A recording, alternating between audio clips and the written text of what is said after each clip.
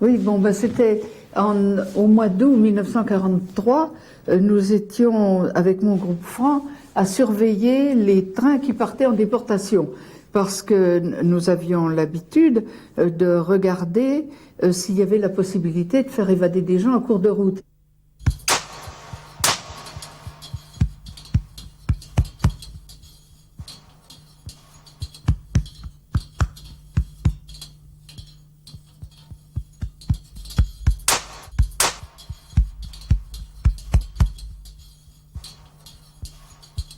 Et puis, encadrés par des soldats allemands et des types de la Gestapo en civil, sont arrivés en rang, marchant relativement paisiblement, un certain nombre de gens, de tous âges, des hommes, des femmes, des plus jeunes, des enfants, avec les femmes d'ailleurs, bien habillés, chacun avec sa valise, des gens d'une classe moyenne, peut-être même de la bonne bourgeoisie, et j'ai reconnu parmi eux une de mes anciennes élèves. Elle s'appelait Janine Crémieux, elle s'était mariée 2 ans avant.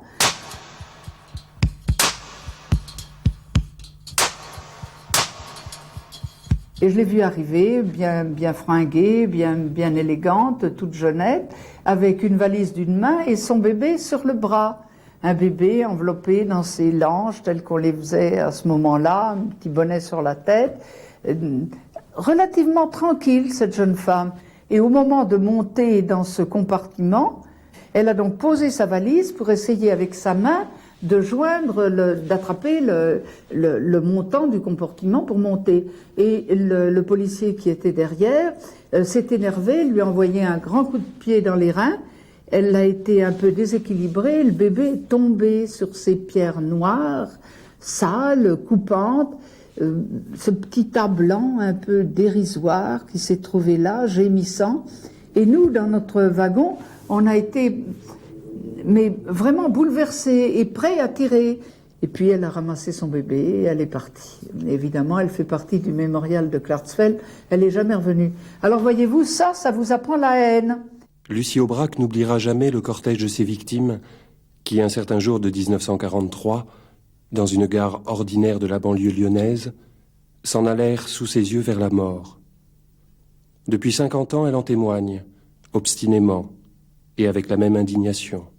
Mais sa connaissance intime, sa mémoire de la déportation s'arrête là, au seuil de ces wagons à bestiaux qu'elle observait impuissante, tandis que les nazis haineux y entassaient des hommes et des femmes, de tous les âges et de toutes les conditions. Car ce qui se passait après la fermeture des portes se situe au-delà de l'imaginable. Dans l'Europe de ces années-là, un crime a été commis. Un crime à ce point inhumain que les humains hésitent à le nommer, par crainte de le banaliser. Certains disent génocide, d'autres holocauste, d'autres encore Shoah. Fanny Segal est née à Paris en 1925 de parents juifs polonais émigrés. Elle est déportée à Auschwitz le 23 juin 1943, ainsi que son père, sa mère et 3 de ses frères et sœurs. Elle sera la seule survivante, mais retrouvera à son retour en France ses 2 cadets, cachés pendant toute la guerre chez une nourrice. Dans le wagon, à peu près 100 personnes, vous savez, 8 chevaux en long et 40 personnes. Nous étions 100, enfin, à peu près 100. Hommes, femmes, enfants, vieillards, mourants, tout ce que vous voulez. Et moi, je n'ai pas eu de place pour m'asseoir, ni pour... j'ai voyagé debout. Quand j'étais un peu fatiguée, je me suis un peu accroupie et voyageais debout auprès d'une petite lucarne où il y avait de l'air. Et il y avait un seau qui faisait les latrines, qui a été vite plein. Et vous savez, tagada, tagada, ça s'est bien renversé. Ça a été une puanteur, parce que l'année 43, ça a été l'année où l'été a été le plus chaud et l'hiver le plus froid. Henri Bulavko est un ancien résistant parisien d'origine polonaise, né en 1918. Arrêté en tant que juif, il est déporté à Auschwitz le 18 juillet 1943. À partir de mars 1942, oui, ça a été le premier convoi de déportation vers un inconnu qu'on appelait en argot du camp Pitchepoy, qui veut rien dire, fouiller les oies, un inconnu qu'on appelle aussi Darte Debel, lui et Brouillard, dont la plupart des gens qui prenaient les convois de déportation, tout en sachant que ce départ n'était pas vers un paradis où on serait protégé, avaient tout de même l'ignorance totale qu'au bout du voyage, c'était l'extermination qui les attendait. Je regarde par cette petite fenêtre, je vois Katowice. Je ne savais pas où c'était Katowice. Et puis, je vois un cheminot qui me fait. Puis vous savez, à 18 ans ou n'importe quoi, j'ai dit, il est fou celui-là. J'avais pas pensé à ce qu'il pouvait me dire. Ça n'a pas tardé. Le petit groupe avec lequel je me trouvais, on a décidé qu'on essaiera de s'évader du convoi. Alors, un de nos camarades, on l'a aidé à soulever des planches.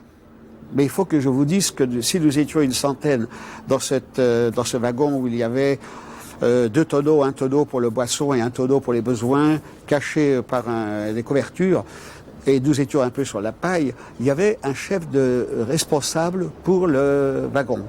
Et ce chef avait reçu des ordres, que tout se passe dans l'ordre. Dès qu'on lui a dit que nous commencions à soulever des planches dans le but de nous évader, il a commencé à hurler en disant qu'on lui avait dit que si quelqu'un s'évadait, tous les autres seraient fusillés. Alors il faut voir comment les autres se sont précipités sur nous et ont remis les planches en l'état. Vous verrez que je dis jamais convoi, parce qu'un convoi c'est mortuaire. Et moi je suis un transport, je suis vivante. En 1933, quelques semaines après l'arrivée au pouvoir d'Hitler, ouvrait le camp de concentration de Dachau. Avec la guerre, les constructions s'accélèrent. Miradors et clôtures électrifiées se dressent dans tout le Grand Reich allemand.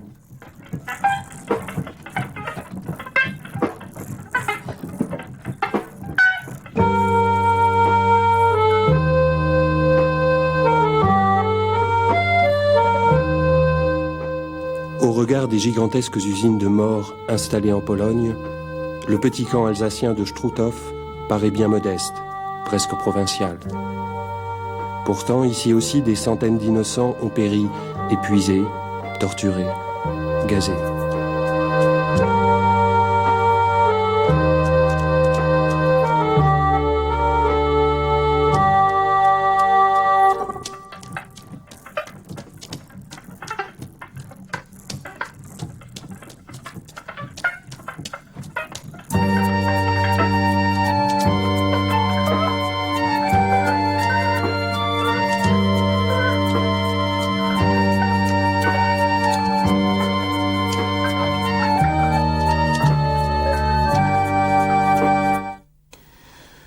Je pense qu'il y a plusieurs critères pour définir en quoi le génocide des Juifs et d'autres catégories, bon, il y a les Tziganes, il y a les prisonniers soviétiques et tout ça, constitue un événement exceptionnel dans l'histoire.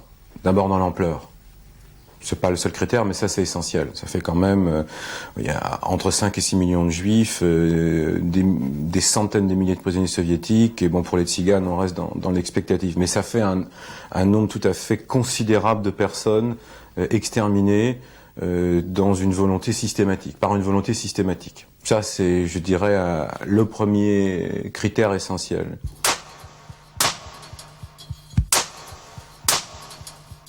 Marie-Claude Vaillant-Couturier, née en 1912, résistante communiste, a fait partie en 1943 du seul convoi de femmes non juives déportées à Auschwitz.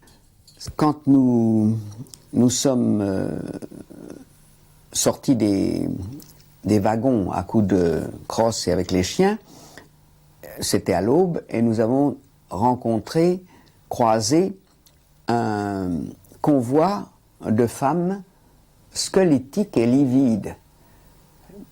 Nous avons été saisis d'horreur, et nous avons eu la réaction que nous avions quand les SS venaient chercher, soit à la Santé, soit à Romainville, des hommes pour les fusiller. Nous chantions la Marseillaise, et nous sommes entrés dans ce camp d'Auschwitz en chantant la Marseillaise. Et les SS ont été tellement sidérés qu'ils n'ont pas réagi. Je suis arrivée sur ce balastre. Sur ce balastre, alors là, les portes ouvertes avec une violence, tout le monde vous le racontera. La même violence, Schnell, Loos et le Goumi qui partait, l'Oberscharführer qui était là, et quelques gars enrayés qui étaient au loin. J'ai pas fait attention. Vous savez, abruti. J'étais abruti par 2 nuits presque sans sommeil et tout. Les portes s'ouvrent brutalement, des petits gnomes avec des vêtements rayés qui se jettent sur nous et qui prennent vite les paquets que nous possédons, bien qu'on nous avait demandé auparavant de les marquer soigneusement pour qu'on puisse les retrouver. Et tout d'un coup, tout le monde est jeté dehors. Il y a là des alignés des SS bien habillés, comme on l'imagine, avec des chiens, avec des mitraillettes. Très vite, et je ne sais pas comment les choses se sont organisées d'une façon très méthodique. Les groupes se forment par 5, les femmes d'un côté, les hommes de l'autre, et de chaque côté, les valides d'un côté, les vieillards, les enfants, les personnes âgées de l'autre. J'ai pris une camarade qui était avec moi, et je l'ai tirée avec moi. J'ai dit, viens, par là, on est jeunes, on va pas monter sur les camions. Ce qui fait que l'Oberscharführer SS qui passait pour chercher, pour dénombrer les gens, nous a mis du côté gauche. Et le côté droit, c'est les gens qui montaient sur les camions. Ceux qui sont montés sur les camions, on sait comment ils ont fini. Donc il y a un projet qui est inscrit pratiquement dès le départ dans l'idéologie nazie. Alors il y a débat, il faut le dire aussi, de savoir si dès les origines, Hitler, en 1923 par exemple, quand il écrit Mein Kampf, a l'idée d'exterminer ou pas les Juifs. Et que de Mein Kampf en 1923 à Auschwitz en 1942, il y aurait une continuité.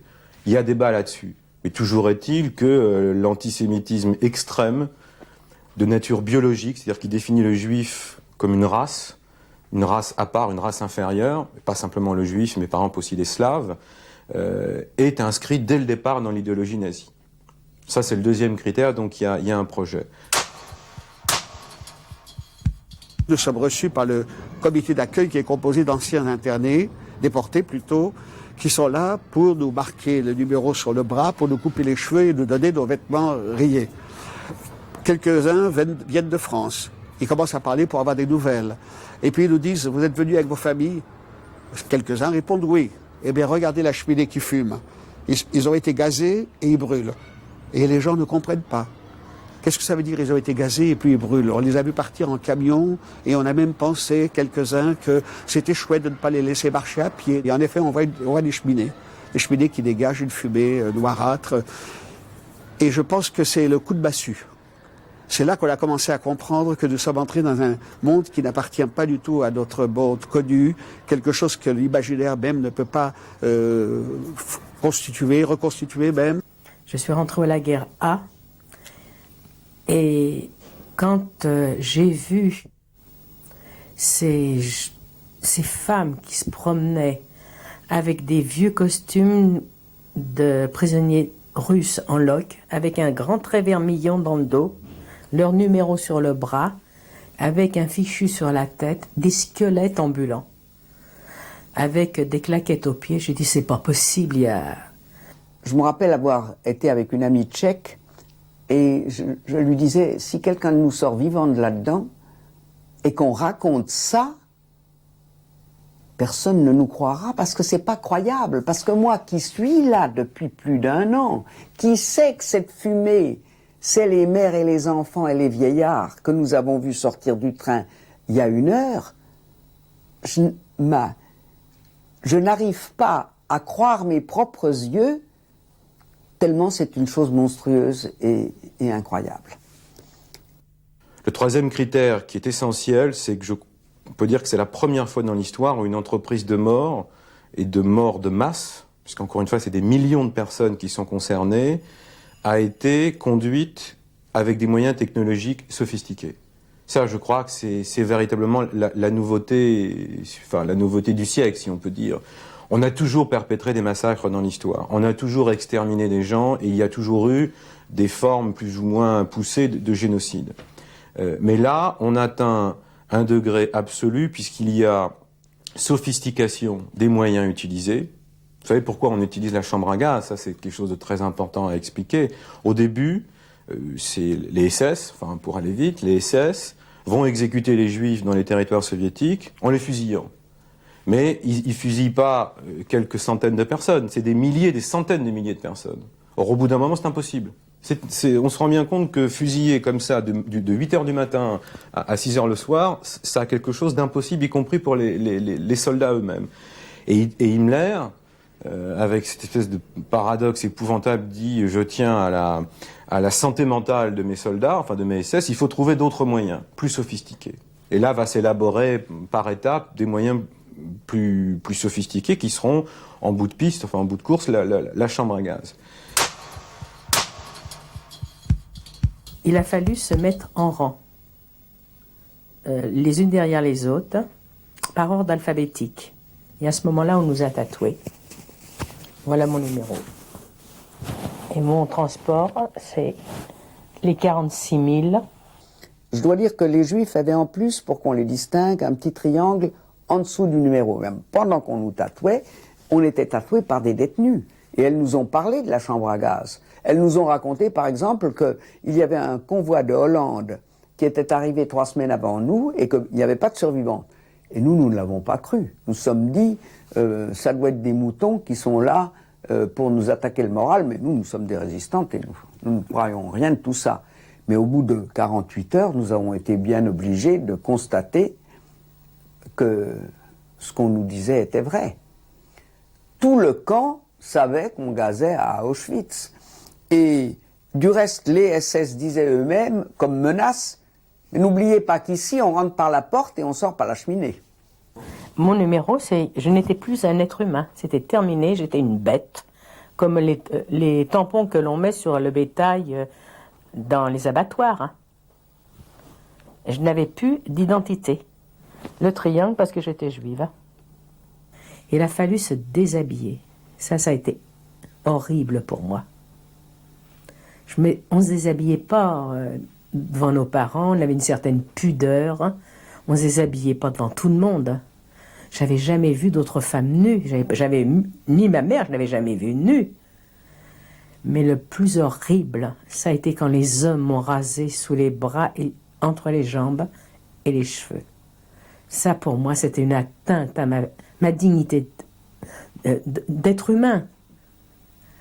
Et il y avait un homme qui était là, qui avait connu mon père, qui m'appelait. Et j'ai dit, où est papa? Il m'a dit, au four crématoire, là-haut. Et enfin, alors ça, c'est ce qui fait véritablement le cœur du problème, ça c'est le 4e critère, c'est qu'on a tué, exterminé des Juifs, non pas parce qu'ils avaient fait quelque chose, mais parce qu'ils étaient quelque chose.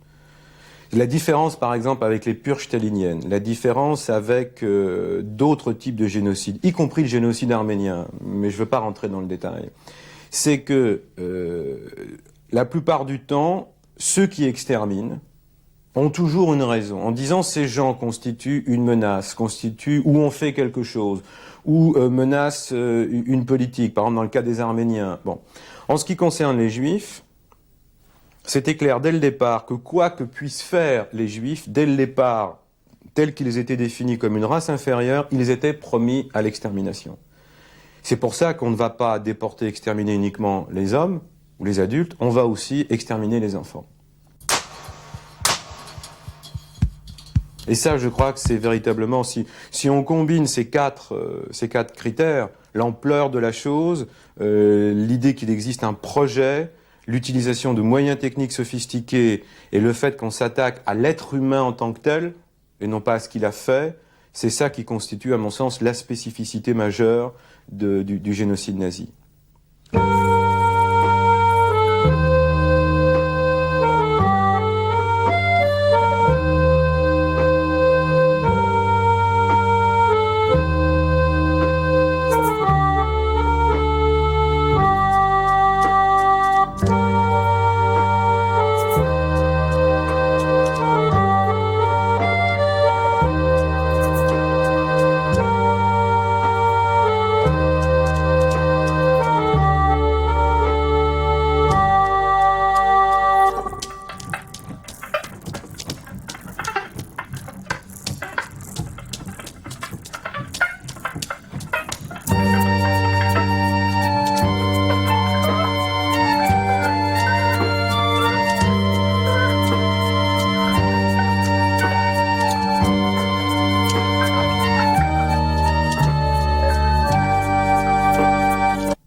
À crime exceptionnel, juridiction exceptionnelle. Confrontés à la nécessité de punir les atrocités nazies, les Alliés vainqueurs innovent en créant un tribunal international composé de magistrats américains, anglais, russes et français, pour juger les responsables de crimes sans localisation géographique précise. Le procès aura lieu à Nuremberg, d'octobre 1945 à octobre 1946. Le crime contre l'humanité a été juridiquement créé à la fin de la Deuxième Guerre mondiale, aux accords de Londres, lorsque on a créé en 1945 le tribunal de Nuremberg. Et il s'agissait de réprimer, entre autres crimes, ceux qui avaient été perpétrés par les nazis pendant la Seconde Guerre mondiale, à l'encontre de groupes ethniques essentiellement, et à l'encontre surtout des Juifs et des Tziganes. Alors, il y a eu une définition qui a servi au tribunal de Nuremberg. Sont considérés comme crimes contre l'humanité l'assassinat, l'extermination, la réduction en esclavage, la déportation et tout autre acte inhumain commis contre toute population civile avant ou pendant la guerre, ou bien les persécutions pour des motifs raciaux ou religieux. Les dirigeants, organisateurs, provocateurs ou complices qui ont pris part à l'élaboration ou à l'exécution d'un plan concerté ou d'un complot pour commettre l'un quelconque des crimes ci-dessus définis sont responsables de tous les actes accomplis par toute personne en exécution de ce plan. À l'issue du procès de Nuremberg, les hauts responsables nazis sont condamnés à la peine de mort par pendaison. Ce qui est important, c'est que l'ONU définit à la fois ce qu'est le crime contre l'humanité, l'un des crimes contre l'humanité, qui est le génocide, et en même temps définit la déclaration universelle des droits de l'homme. C'est-à-dire qu'il y a à ce moment-là une affirmation internationale qui est, d'une part, il y a des droits de l'homme, tous les hommes sont égaux en dignité, et en droit bien sûr, mais en même temps, lorsque cette atteinte à la dignité de l'homme est faite de façon collective, il y a un crime. Et ça, c'est le crime contre l'humanité. Comme il y avait presque chaque jour des convois qui arrivaient de l'Europe tout entière, on n'avait pas besoin de nous ménager, de nous donner à manger particulièrement avec des soins attentifs. Ceux d'entre nous qui tombaient étaient remplacés très rapidement. Donc, nous étions des esclaves faciles à renouveler.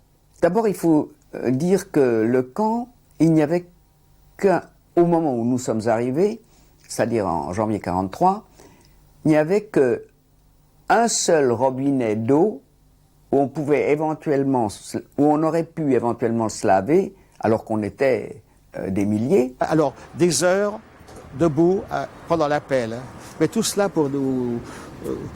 pas pour nous déshumaniser, parce que nous n'avons pas toujours réussi, mais en tout cas pour nous épuiser, pour qu'il n'y ait pas de tentative de soulèvement, de refus, de rejet. On reste des heures en rang. On s'en va pendant des kilomètres jusqu'au chantier à pied. Il fallait chanter d'ailleurs. Le soir, on revient vers le camp où il y a un orchestre qui nous a accompagnés d'autres départs, qui nous accueille à l'arrivée avec des valses, avec des tangos, avec parfois une musique classique. Il y avait une espèce de paradoxe entre cette volonté de donner le sentiment d'un monde presque normal avec tout, y compris la musique, et ce mépris pour la vie de l'homme. Noël est arrivé 43, alors ça, un Noël horrible. Les nazis ne travaillent pas le jour de Noël, c'est Weihnacht pour eux. Même les Allemands, c'est une fête. Alors ils avaient mis 2 grands arbres, je les vois toujours, 2 sapins, à la porte de la Lagerstrasse. Et il y avait de la neige, parce que de la neige, il y en avait, il faisait froid, mais ils avaient mis de la ouate de verre satillant. Et le 25 décembre, ils ont retiré toutes les mortes qu'il y avait dans tous les blocs et les ont mis au pied de l'arbre. Les femmes de mon convoi qui avaient eu leur mari, un certain nombre des femmes de mon convoi avaient eu leur mari fusillé avant que nous ne partions fusillés comme otages. Et elles disaient toutes: quelle chance qu'ils étaient fusillés en France plutôt que de venir mourir après telle souffrance. Parce que être fusillé, c'est une mort d'homme, de combattant. Mais pourrir dans la fange, dans des couchés à plusieurs qui ne peuvent pas se parler parce qu'elles n'ont pas la même langue et qui sont couvertes de pus, de poux, d'excréments. Enfin, c'est beaucoup plus difficile de penser qu'on meurt pour son pays quand ce sont dans des conditions aussi atroces. On s'est beaucoup interrogé sur ce que pouvait être le crime contre l'humanité. Il y a une très bonne définition qui a été donnée par André Frossard, qui dit « Le crime contre l'humanité, c'est le crime qui est commis contre un homme pour le simple fait qu'il est ce qu'il est né, en quelque sorte. C'est-à-dire que ce n'est pas pour un acte qu'il a commis qu'il est puni, c'est simplement parce qu'il est ce qu'il est. Je crois qu'au fond, le crime contre l'humanité, c'est le crime qui est perpétré, c'est l'atteinte au principe fondamental de l'égalité en dignité et en droit des hommes, c'est l'atteinte à un homme, ou une femme, à un groupe, pour ce qu'ils sont, par la décision concertée, de faire disparaître un groupe, de porter atteinte, et là, il y a quelque chose qui est...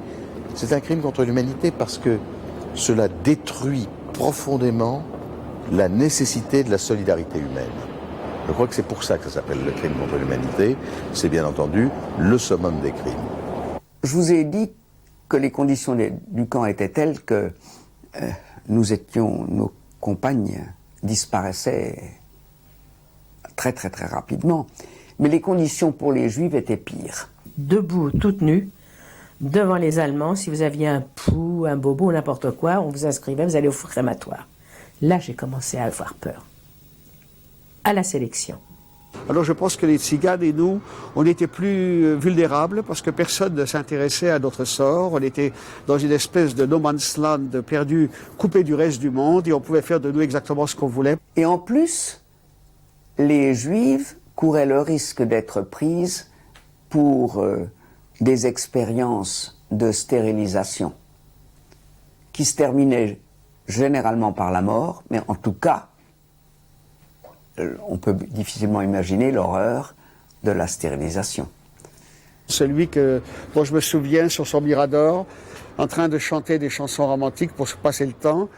Et il faut que je vous explique qu'à côté le mirador était à côté des grillages et à côté des fils de fer barbelés, il y avait un trait qui était tiré au-delà duquel on n'avait pas le droit de passer parce que ça voulait dire tentative d'évasion.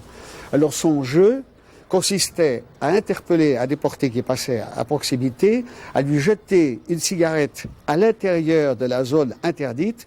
Le déporté se trouvait entre deux feux, ou obéir quand il lui disait d'aller chercher la cigarette, ce qui était une tentation également, ou désobéir, et de toute façon il était menacé. Et s'il passait, il était abattu sous prétexte de tentative d'évasion. Eh ben, en France, on a assez peu au début parlé de crime contre l'humanité. Il va falloir attendre une loi qui est une loi de 1964 pour que, pour la première fois, on rappelle que les crimes contre l'humanité sont imprescriptibles. C'était nécessaire d'ailleurs, parce que si les crimes contre l'humanité tels qu'ils sont définis par la charte du tribunal de Nuremberg n'avaient pas été déclarés imprescriptibles en 1964, ils auraient été prescrits.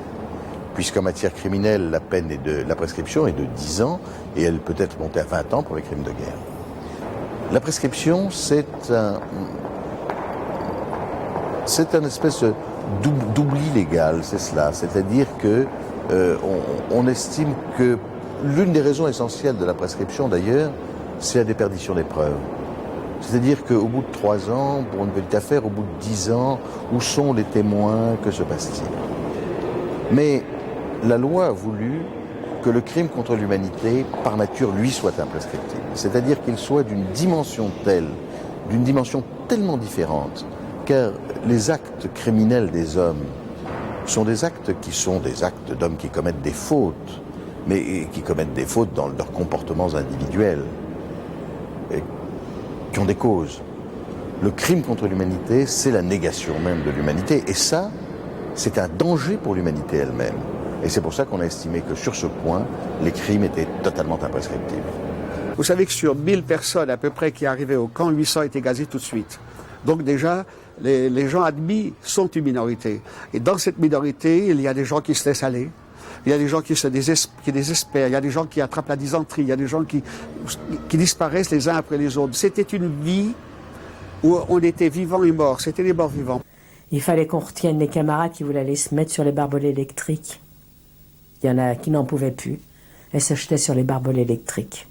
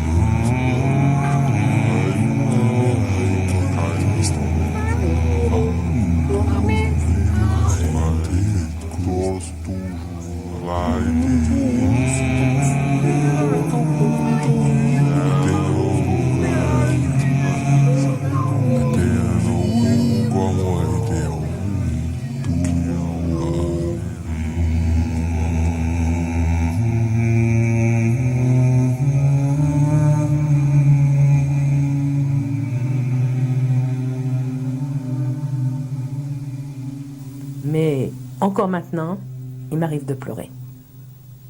Même maintenant. La nuit, je me réveille, je hurle, j'ai peur. Et c'est toujours la même angoisse. J'ai mes chaussures qui s'en vont devant moi. Je me retrouve toute nue. Je vais être battue. Et j'ai mes chaussures qui s'en vont devant moi. Et j'ai toujours les nazis derrière et les chiens. Quand je voyais des phares de camions, je me cachais derrière les portes parce que c'était les camions qui emmenaient au four crématoire. Et encore maintenant, les phares me font peur. Je me cache. Il y a des choses comme ça, et je me dis, mais t'es idiote, t'es là, t'es une vieille femme maintenant, t'es une grand-mère, arrête, c'est plus fort que moi. Je me cache quand je vois des phares braqués. Est-ce que vous pouvez raconter l'horreur? Mon frère s'en est douté, ma sœur aussi. Je dis que la vie leur apprendra bien des choses. Et puis en 1988, j'ai trouvé que mon frère était assez grand. Et que ma fille, à qui je n'avais pu raconter non plus, je leur ai dit, vous prenez tous les deux un passeport, ça fait 45 ans que j'ai été arrêtée, je vous emmène à Birkenau, Auschwitz, et là j'ai parlé. Le raconter, ce n'est pas une angoisse pour moi, raconter, comment vous dirais-je, c'est un souvenir, j'ai des figures, quand je vous raconte, j'en vois mes camarades qui sont mortes, et qui m'ont dit, Fanny, si un jour tu vis, raconte ce qui s'est passé pour nous. Et je le raconte pour pas qu'elle meure une deuxième fois. C'est pour ça que je le raconte. Le procès en 1987 du nazi Klaus Barbie, c'est le jugement d'un homme qui, parce qu'il obéissait à ses supérieurs, se croyait déchargé de toute responsabilité. Or, le procès Barbie rappelle une vérité profonde, qui touche à la nature de l'être humain. Tout homme est responsable de ses actes, car il dispose du pouvoir de refuser d'obéir à un ordre que sa conscience réprouve. Il n'y a pas d'exécutant, il y a des consciences. Quand on est dans un moment où on a affaire à un ordre qui est un ordre immoral, eh bien on ne l'exécute pas, on désobéit. Et à ce moment-là, la désobéissance est noble. Et accepter, personne n'a donné l'ordre, c'est évident que personne n'a donné l'ordre à Barbie d'aller chercher 41 gosses à Isieux. Personne n'a donné l'ordre à Barbie d'interroger les gens en leur tapant dessus ou avec d'autres traitements barbares pour les faire parler. Personne ne lui a donné cet ordre-là. Ce qu'on n'avait pas pensé à l'époque, en 64, c'est que une fois que cette loi serait votée, donc le crime étant rendu imprescriptible, ça pouvait s'appliquer à des responsables français qui n'avaient pas commis directement le crime, la solution finale, mais qui avaient été des complices. Et ça va ressurgir des années après, et c'est par le biais de cette loi qu'on a pu, depuis en gros la fin des années 70, faire sortir des dossiers, les plus connus, enfin les seuls étant, bon d'abord évidemment Barbie, qui a été jugé en 1987, mais qui posait pas trop de problèmes parce que c'était l'ennemi toujours, c'était l'allemand. Et puis il y a eu évidemment Papon, Maurice Papon, Touvier, qui est le cas le plus ancien, Bousquet, qui vient d'être assassiné, et un cas qu'on a oublié, qui était pourtant un des plus importants, il s'appelait Jean Leguet, c'était l'adjoint de Bousquet, et qui a été le premier Français à être inculpé de crimes contre l'humanité, et c'était en 1979. Paul Touvier est donc définitivement renvoyé devant ses juges. Il sera ainsi le premier Français à répondre devant la justice de crimes contre l'humanité. 7 heures de délibéré pour rejeter ce que les partis civils appelaient un pourvoi dilatoire. La dernière manifestation d'un homme qui cherche une nouvelle fois à fuir ses responsabilités.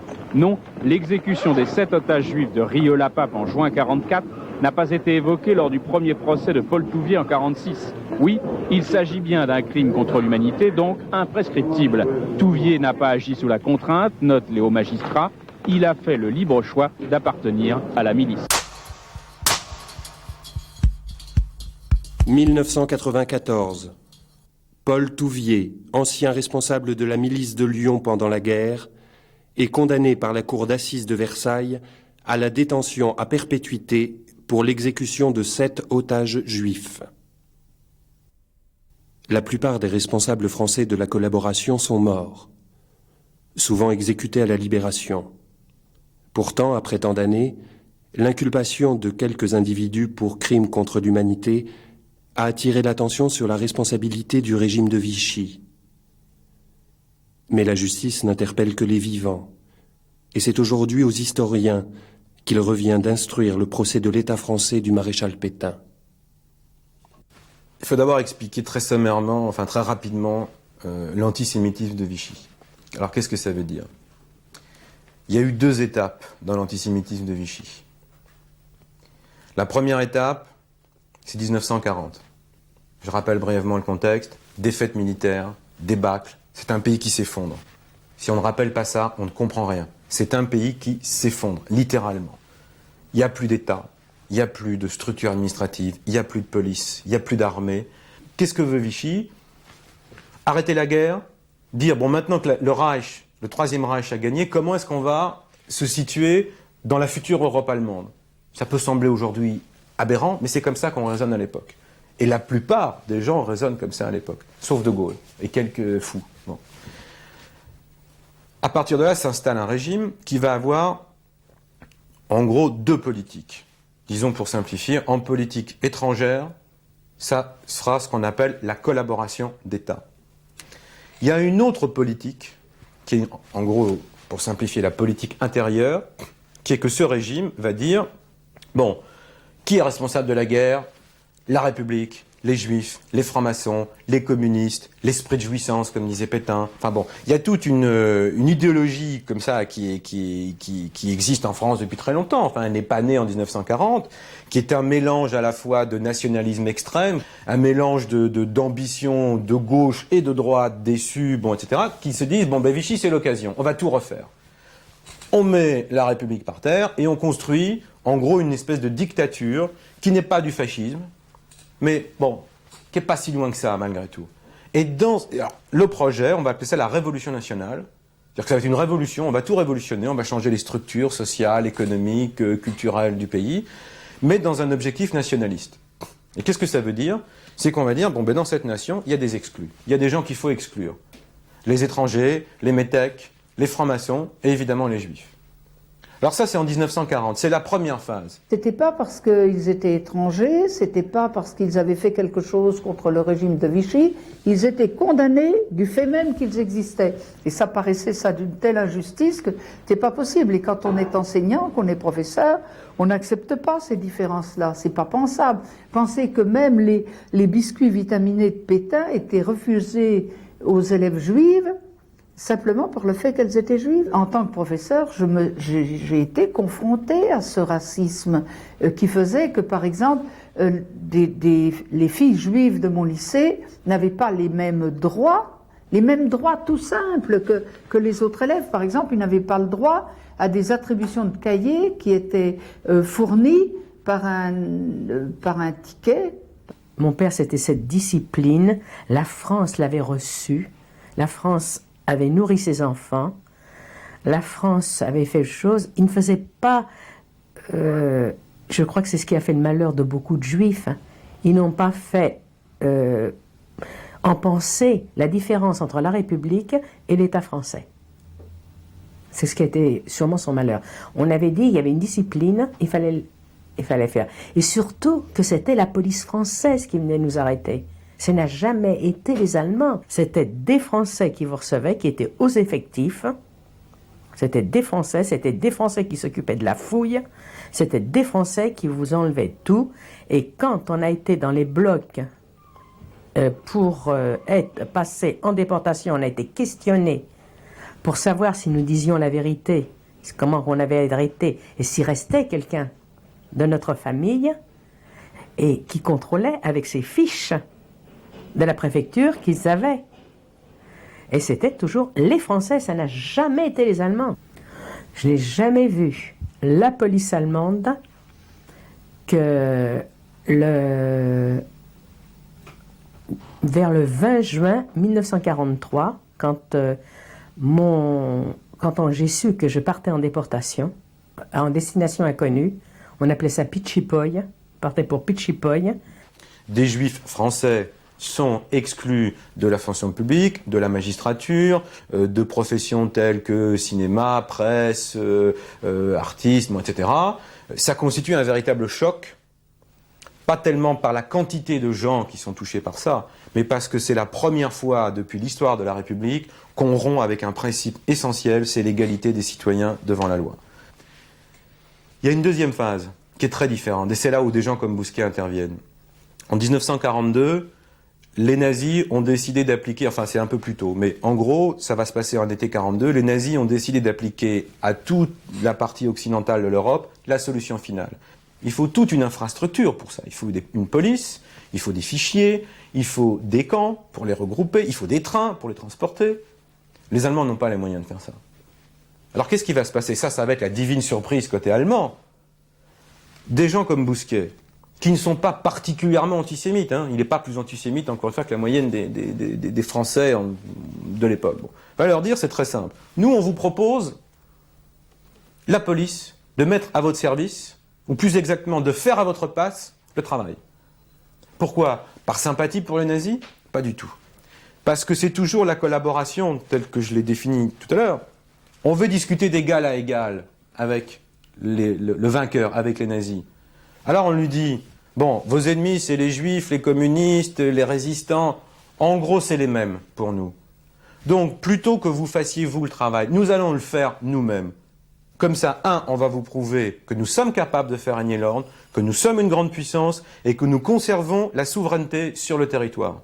Toutes ces mesures qui, pour nous, militants engagés déjà dans une action, avaient déjà la valeur de signal d'alarme, n'ont pas toujours été comprises par l'ensemble de la population qui, dans la mesure où on avait affaire aux autorités françaises, où c'était les Français qui ont fait le recensement, c'était les Français qui arrêtaient, c'était les Français qui internaient et qui gardaient les camps, voulaient rester dans la légalité et avaient une sorte de confiance parce que, pour eux, et inévitablement, la France était encore le pays des droits de l'homme, le pays d'accueil, le pays qui avait ouvert les portes devant des réfugiés d'Europe centrale et orientale. Et il était difficile de faire le saut immédiat, de se dire que cette France n'existe plus, que c'est une autre France qui est là, avec derrière la Gestapo, les SS, etc.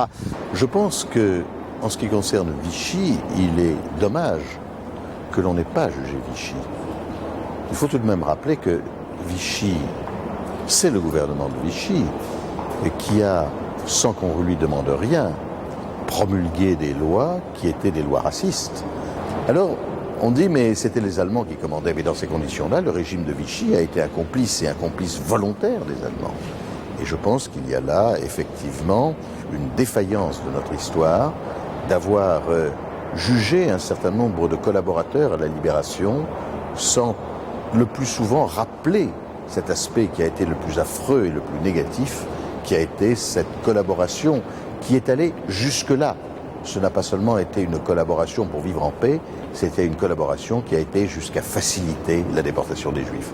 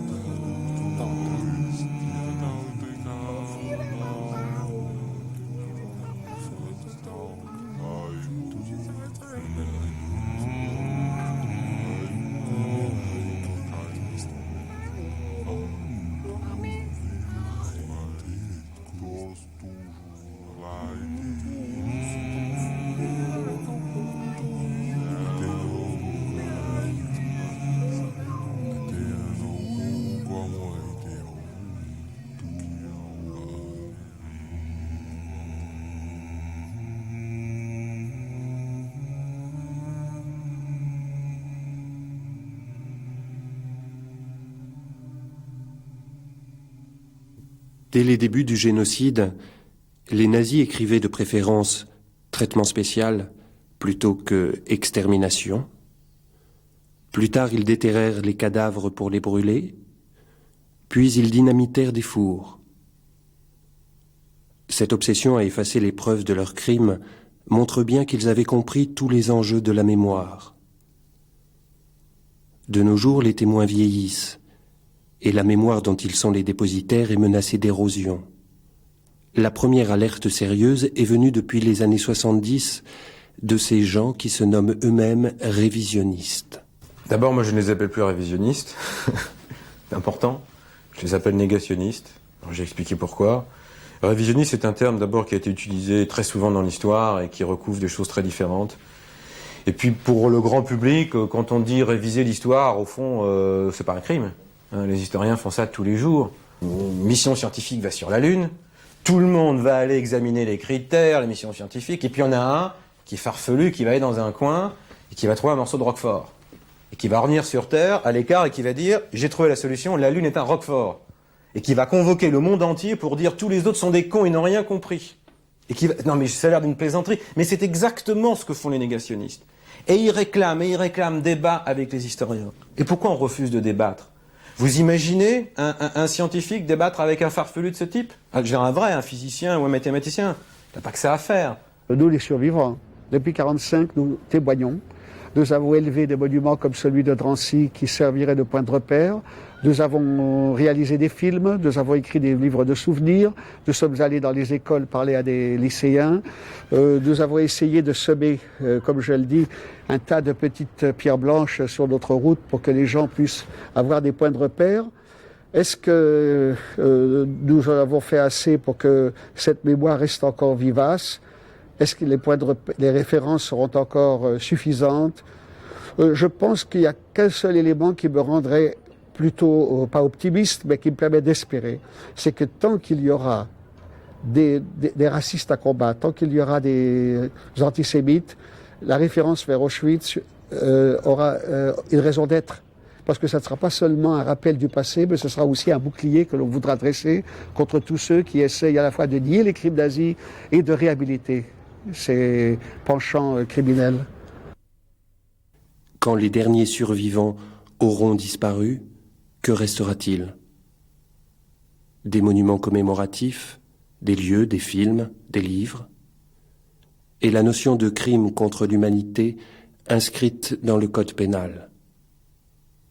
C'est peu, et c'est beaucoup, car à défaut de mémoire, les nouvelles générations conserveront au moins le souvenir. Et en tout cas, il faut le souhaiter, la vigilance.